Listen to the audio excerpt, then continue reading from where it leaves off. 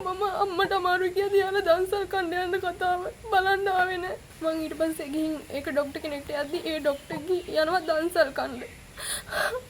මගේ අම්මා පොඩ්ඩක්වත් බැලුවේ නෑ. එයාලා හැමතිස්සෙම අම්මට බයිනවා මට බයිනවා එතන ඉඳගෙන මට තේරෙන්නේ නෑ කියන්න.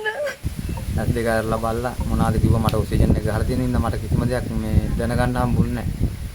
ඊට පස්සේ එකපාරටම මෙයා මාදියා බලලා නැති කිසිම කතාවක් නැතුව මෙයා වුණා.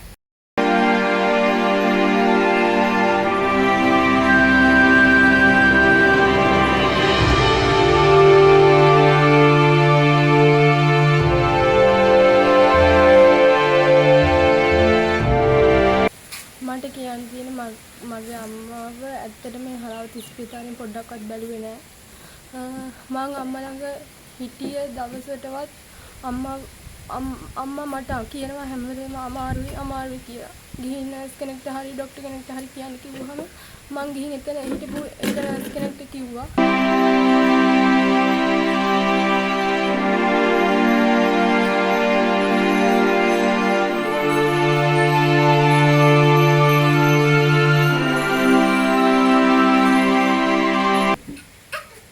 ඒ නර්ස් මට කියනවා මේ ඇයි මම විතරද මෙතන පේන්නේ තව මෙතන කොච්චර කට්ටියක් ඉන්නවද නර්ස්ලා කියලා. ඊට පස්සේ ආයෙ බැරි මෙතන ගිහින් ડોක්ටර් කෙනෙක්ට කිව්වම අම්මව බලලා නිකන් ඒත් කිසිම බැලිල්ලක් නෑ අම්මව. නිකන් ඔහම බැලුවා මොකද්ද අමාරුවත් කියලා ඇහුවේ නෑ. පෙනඩෝල් දෙකක් දීලා ගියා අමාරු අඩු වෙයි දැන් කියලා. සේලයින් එක ගහලා තිබ්බා අම්මගේ සේලයින් එක යන්නේ නෑ. ඒත් අම්මා ගිහින් කිව්වා මේගොල්ලෝ බලන්න නැහැ. සැරේ බලන්න නැහැ. ඊට පස්සේ අම්මම තමයි හිතලා සේලයින් එක මෙව්ව කරගෙන ඒකම නමලා සේලයින් යවගත්තේ අම්මමයි. ඒකවත් අඩුම තරමේ සේලයින් යන හැටිවත් අම්මගේ බැලුවේ නැහැ. එහෙම කරලා තමයි අන්තිමට ඊට පස්සේ අම්මට පහුවෙනිද හොඳටම අමාරු වුණා. අම්මා ළඟ ඉඳි අම්මට එනට කැස්ස මේ අම්මගේ උගුරේ මේ කහින හැම සෙම ගානේ ලේ යනවා. එනට ලේ යනවා.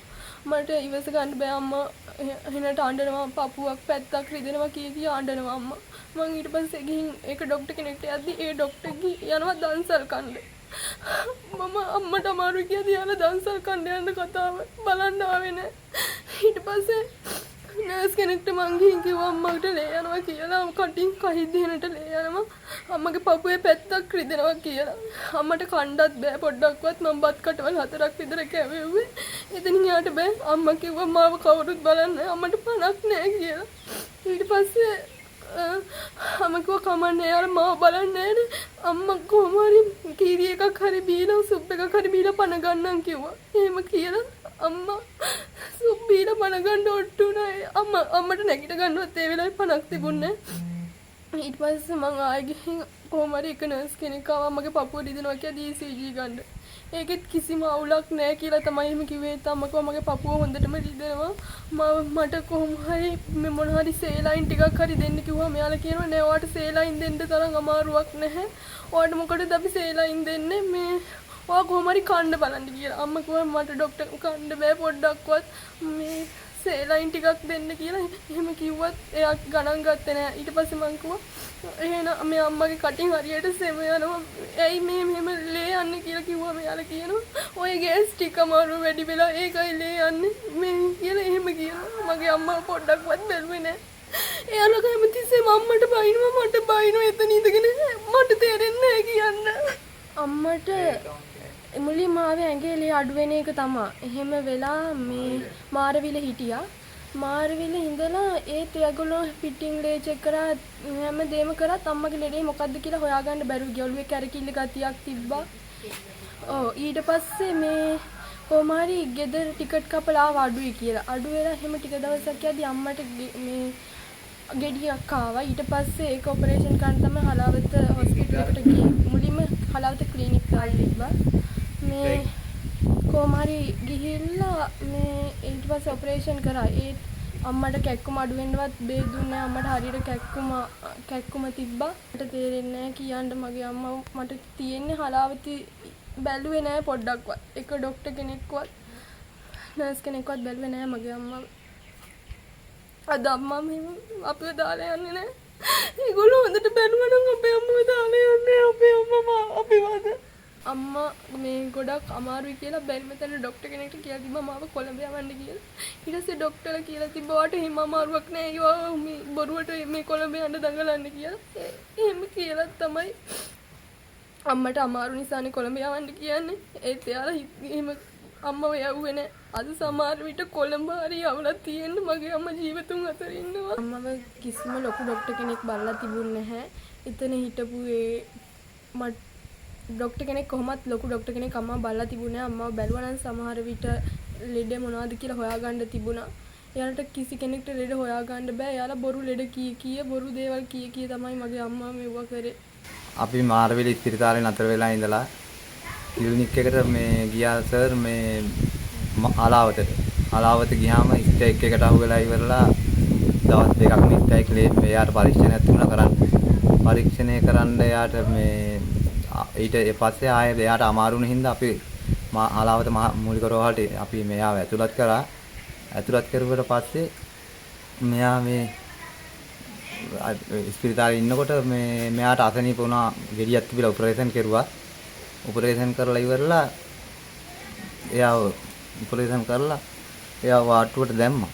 වාට්ටුවට දාලා තියෙද්දි හැන්දෑ වෙලා එයා මං ගිහින් බලද්දි හොඳට හිටියා. ඉඳගෙන හිටපු කෙනා පහුවදා පොය දවස මේ පොසොන් පොය ආවා. පොසොන් පොයට පහුවදා උදේ පාන්දර මයි යද්දි ඔක්සිජන් ගහලා තිබුණා. ඔක්සිජන් ගහලා ඉවරලා පාන්දර 6යි ඔක්සිජන් ගහලා තියෙද්දි මං යනවත් එක්කම මෙයා ඔක්සිජන් දඟල හිටියා. දඟලද්දිම මං ඔළුව අත කාලා මං කිව්වා මේ අනේ මගේ රත්තරන්ට මුකුත් වෙන්නේ නැහැ කියලා ඉවරලා ඊට පස්සේ මිසි කෙනෙක් ඉඳලා කිව්වා මේ දඟලන්න නැතුව ඉන්නවා මේ ඔයා ඇස් එහෙම වහගන්න එපා දඟලන්න නැතුව ඉන්නවා කියලා කිව්වා. ඊටද්දි මං කිව්වා අනේ මිසි පොඩ්ඩක් බලන්න කියලා. ඊට පස්සේ මෙයා මාදියා බැලුවා ඇස් දෙක ඇරලා බලලා මොනවාද කිව්වා මට ඔක්සිජන් එක ගහලා තියෙන ඉඳන් මට කිසිම දෙයක් මේ දැනගන්න හම්බුන්නේ නැහැ. ඊට පස්සේ එකපාරටම මෙයා මාදියා බලලා නැති කිසිම කතාවක් නැතුව මෙයා වුණා. මිසිලා දෙන්නෙක් හිටියා. මිසිලා දෙන්න පපුවඩට නැගගෙන තද කෙරුවා. මං කිව්වා මට තරහා ගිහිල්ලා මං කිව්වා ඔයාලගේ මෙතන දොස්තර කෙනෙක් නැද්ද කියලා. ඊට පස්සේ දොස්තරලා එනවා කියනවා දොස්තර කෙනෙක් ආවේ නැහැ. ඊට පස්සේ පැය භාගයක් විතර මෙයා කරුවා. මං ආයෙ දෙවෙනි පාරටත් කිව්වා ඇයි බං දොස්තර කෙනෙක් එවන්නකෝ කියලා. දොස්තර කෙනෙක් ඊට පස්සේ ආවා ලේඩි ડોක්ටර් කෙනෙක් ඇවිල්ලා ඉවරලා පපුව මෙයා කරුවා. එතකොට මගේ නෝනා මැරලා ඉවරයි මේ එයා එනකොට මගේ නෝනා නැති වෙලා ඉවරයි. ඊට පස්සේ මෙයාලා කිව්වා වැඩක් නැහැ කියලා. මට එතනින් එහාට කිසිම දෙයක් කිව්වේ නැහැ. මට කිසිම දෙයක් කියන්න මට දෙයක් නැහැ. මට වේදනාවට මම එළියට වෙලා ආඬා හිටියා. මට කරා ගන්න දෙයක් හම්බුන්නේ නැහැ. ලෙඩක් මොකුත් කිව්වේ නැහැ. එයාලා මෙයාට ලෙඩක් නැහැ කිව්වා. මං වේලපහින් කිව්වා මට කොළඹ හරි ගෙනියන්න කියන්න කියලා දොස්තරලා දෙන්නෙක් හිටියා. වේලපහ යන දවස් දෙකම මං කිව්වා මට මේ කියන්න දොස්තර මම මෙයාව කොළඹ හරි ගෙනියන්නම් මෙයාට මොකද්ද තියෙන ලෙඩේ කියලා. මෙයාලා කිව්වා කිසිම මෙයාට ලෙඩක් නැහැ කියලා. මම මේ එතන මේ මිනිහා මෙයා කරා ගෙනිච්චාට පස්සේ පැය දෙකකට පස්සේ මට කොර්නල් මහත්තයා ළඟට ආවා. ඉතින් මිනිහා කපලා මට එවෙලවත් කිව්වේ නැහැ මට මොකද්ද මෙයාට තියෙන ලෙඩක් කිසිම දෙයක් කිව්වේ නැහැ ડોක්ටර්. ලෙඩක් ඉතින් තියෙනවා නම් මට මිනිහා කපලා ඉවරලා අපි එද්දි 4:00 ටිකේදී ඒ වෙනකොටවත් සර් කිව්වේ නැහැ මෙයාට මේ ආවල් ලෙඩක් තියෙන්නේ කියලා. මට මරණ සාතිකය දුන්නා. ඒකෙන් මොකුත් එහෙම ලියලා නැහැ. සාතිකයක්ද මරණ සාතිකයේද මොකද්ද දන්නේ නැහැ. මට දුන්නා එතනින් මගෙන් අස්සන් අරගෙන. ඉතින් මම දන්නේ නැහැ. මට මොකක් හරි සාධාරණ කියන්නේ මට මේ මොනවාවත් සල්ලි සාධාරණයක් නෙමෙයි. මට මේන් ඉස්සරහටවත් මගේ මේ කාටවත් මේ ඉස්පිරිතාලට එන අහිංසක ලෙඩුන්ට මේ වගේ දෙයක් වෙන්න එපා කියලා කියන්න ඕන. මේ පස්සේ වාට්ටුවේ මේ තියෙන්නේ හරීම මේ කිසිම හිතප්පපුවක් නැති මේ මිසිලයි මේ දොස්තරලයි තමයි ඉන්නේ. කිසිම දෙයක් හරියට සාධාරණව අපිට මේ මගේ අම්මට මගේ රත්තරන් නෝනාට මට කිසිම දෙයක් කරා ගන්න බැරුව ගියා ડોක්ටර්. ගිහිල්ලා ගෙදර අද ටිකට් කපලා එන්න කියලා එදා ලැහැත්ති වෙලා හිටපු පහුවදා ටිකට් කපලා එනවා කියලා හිටපු එක්කෙනාට තමයි මේ එකපාරටම මං උදේ හැන්දෑවේ යද්දි ඇඳේ ඉඳන් ඉඳපු කෙනා උදේ පාන්දර යද්දි ඒ වෙලේ එක දොස්තර කෙනෙක්වත් රෑ චෙක් කරලා නැහැ පොයදා පොසොන් පොයදා කිසිම දොස්තර කෙනෙක් මට ડોක්ටර් පෙන්නුවා මේකේ කිසිම කෙනෙක් මෙයා ගැන මේ එක දොස්තර කෙනෙක්වත් වාර්තාවේවත් ලියලා නැහැ මේ අද දොස්තර කෙනෙක් රෑ ඇවිත්ලා බැලුවා කියලා.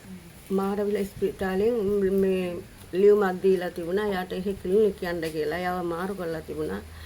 අපි එදා දුවව අරගෙන ගියා ක්ලිනික් මේ එයාට ලේ දෙකක් චෙක් කරන්න තිබුණා. චෙක් කරගෙන මේ එන්න කියලා එදා ස්ට්‍රයික් කිසිම දෙයක් කරන්න නැහැ කිව්වා. ඊට පස්සේ අපි දෙන්න ආපහු හැරිලා ගෙදර ආවා. ඊට පහුවෙන්දා ගියා. ඊට පහුවෙන්දාත් එහෙමයි. ඊට පස්සේ අපි ගිහිල්ලා දුවට හරි අමාරුයි කිව්වා අම්මේ මට අමාරුයි මාව දැම්මම ගිහිල්ලා වාටුවේ හරි නතර කරන්න කියලා. ඊට පස්සේ එදා යනකොට එදාත් බේත් නෑ වාටුවට විතරක් මේ ලෙඩුන් ඇතුල් කරගත්තා. අපි වැටුනේ පහේ වාටුවට. ගිහිල්ලා ඉතින් දුව නතර කරලා ආවා.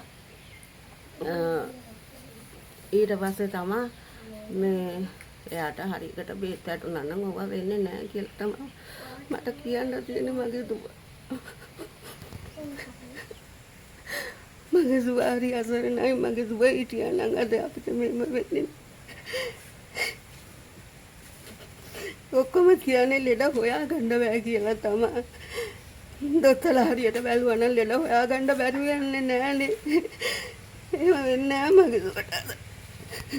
පාන්දර 5 ඉඳලා මගේ නෝනා නැති වෙච්ච වෙලේ ඉඳලා හැන්දෑවේ 4 වෙනකන් හිටියා ඉස්පිරිතාලට වෙලා මගේ නෝනාට අවසාන වතාවටවත් මේකේ තියෙන්න ඕන මේ මහත්තයෝ මොකද්ද මෙයා මොන හේතුවක් නිසාද මැරුණේ කියලා. ඒ කිසිම දෙයක් නැහැ. එයාලා කරපු අසාධාරණ එක තමයි. අපිට තියෙන මේ මහලාවත ඉස්පිරිතාලේ අනිත් එනේ ලෙඩුවක් බේරලා දුන්නා නම් හොඳයි. මේ වගේ මේ නර්ස්ලා ડોක්ටර්ලා නැතුව හොඳ ડોක්ටර් කෙනෙක් කරුණාවෙන් කතා මට වේල පහෙන්ම කිව්වා මං කිව්වා යද්දි මොකද මේ ડોක්ටර්ලා කරුණාවෙන් කතා කරනවා වෙන ඉස්පිරිතාලවල මේවා කිසිම කරුණාවක් නැති ડોක්ටර්ලා නර්ස්ලා තමයි ඉන්නේ. නර්ස්ලාට hina වෙන්න බලන්නේ අපි ගිහිල්ලා කෙනෙක්ගෙන් වචනයක් අහද්දී අනිත් පැත්ත කරනකොට hina වෙනවා. ඒ වගේ නර්ස්ලා තමයි ওই ඉස්පිරිතාලේ ඉන්නේ. මගේ මේ රත්තරම් නෝනා මගේ මැරෙන්නේ නැහැ. මේ මගේ දරුවෝ තුන් දෙනාත් එක්ක මං තනි වෙන්නේ මේ කරපු අසාධාරණේට මම කියන්නේ ඔය අනිත් එන ලෙඩු කිසි කෙනෙක් මැරෙන්නේ නැතුව යන්න හොඳ දොස්තරලා වෙලා හොඳ කරුණාවන්ත මිහිලා වෙලා අම්මේ තාත්තේ කියලා කතා කරලා ඉවරලා මේ කට්ටියට සාධාරණයක් වෙන්න කියලා. එයාලා අපේ මුදලින් මේ කරන දේවල් එයාලා කිසිම සාධාරණත්වයක් කරන්නේ නැහැ.